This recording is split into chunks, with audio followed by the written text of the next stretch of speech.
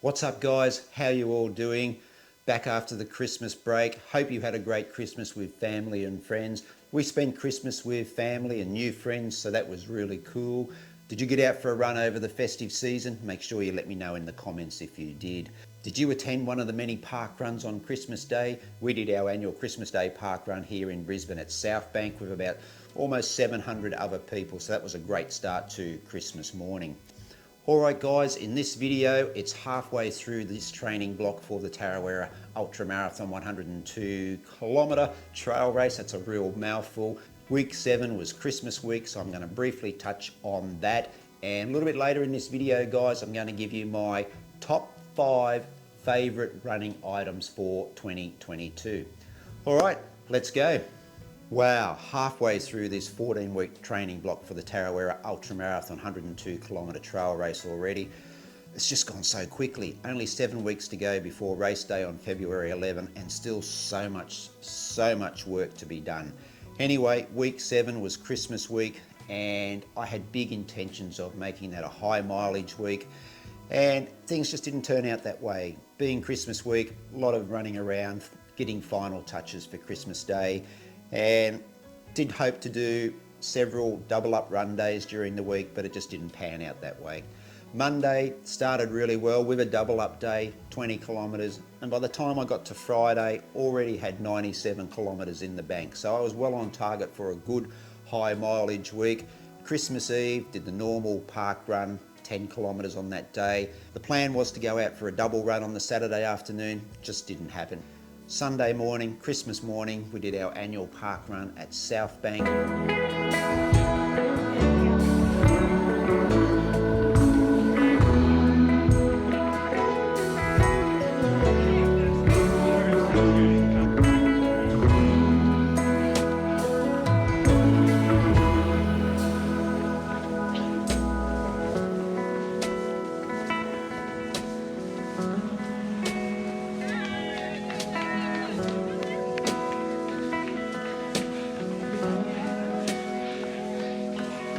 Plan was to sneak out and do a little bit more on Christmas Day afternoon, but it just didn't happen.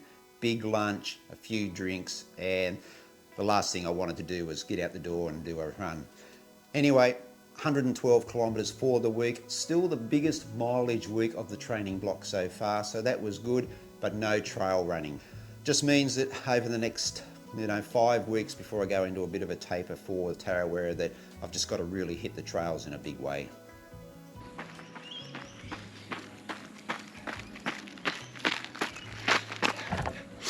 My top 5 favourite running items of 2022. Let's go. Guidelines for my favourite items of 2022 must have been received this year. So either I've bought the item, it was a gift, or it was sent to me for the purposes of a review here on the channel. Alright, let's get this countdown underway. So I'm going to go from 5 to 1, and coming in at number 5 is Hydragun socks. I've been running in these socks for a number of years.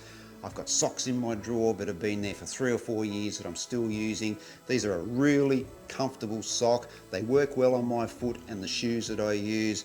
I've had no issues with them losing shape over all these years that I've been running in them. They're just such a nice, firm fitting sock.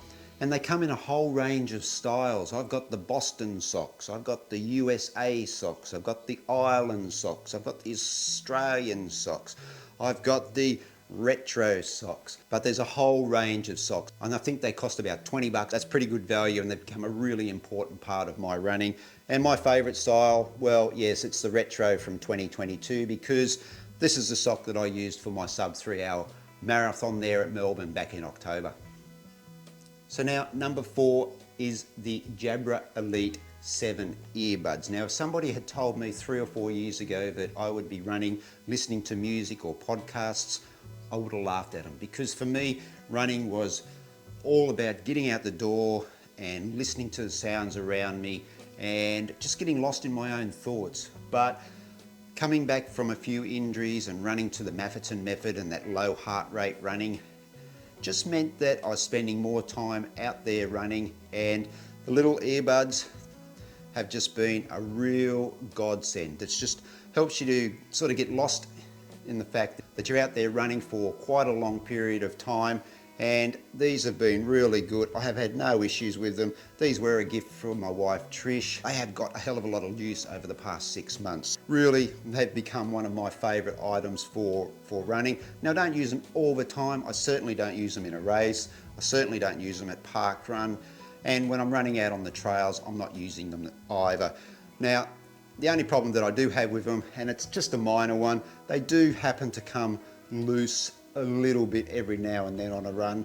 Number 3 is the GoPro Hero 11 Black. I've only used this camera a couple of times, and I'm no expert on cameras, but I have noticed a huge difference between this camera and the GoPro Hero 8 Black that I have replaced it with. The 8 was just becoming a little bit unreliable. I'd had it a few years, a couple of scratches also on the lenses, so it was making filming a little bit difficult, but the 11 is a nice little upgrade. I'm still learning the ins and outs of it, but it's quickly becoming a favourite for me to take when I'm running. Also, when I upgraded to this camera, I bought a extender pole with a tripod. Makes filming so much easier when I'm out running. And I also added the media mod, which has got a directional microphone. Hopefully those videos out there when I'm running, the sound quality is a little bit better. Getting down to the nitty gritty now, and number 2 is Goodar sunglasses. Love these sunglasses. I just can't recommend these highly enough. I'm usually pretty hard on sunglasses, especially when I'm running, but these have really stood up well, comfortable to wear. They don't slip down your nose. You know how you get some sunglasses, they go like this and you're forever pushing them up like that. No issues at all with the Goodar sunglasses.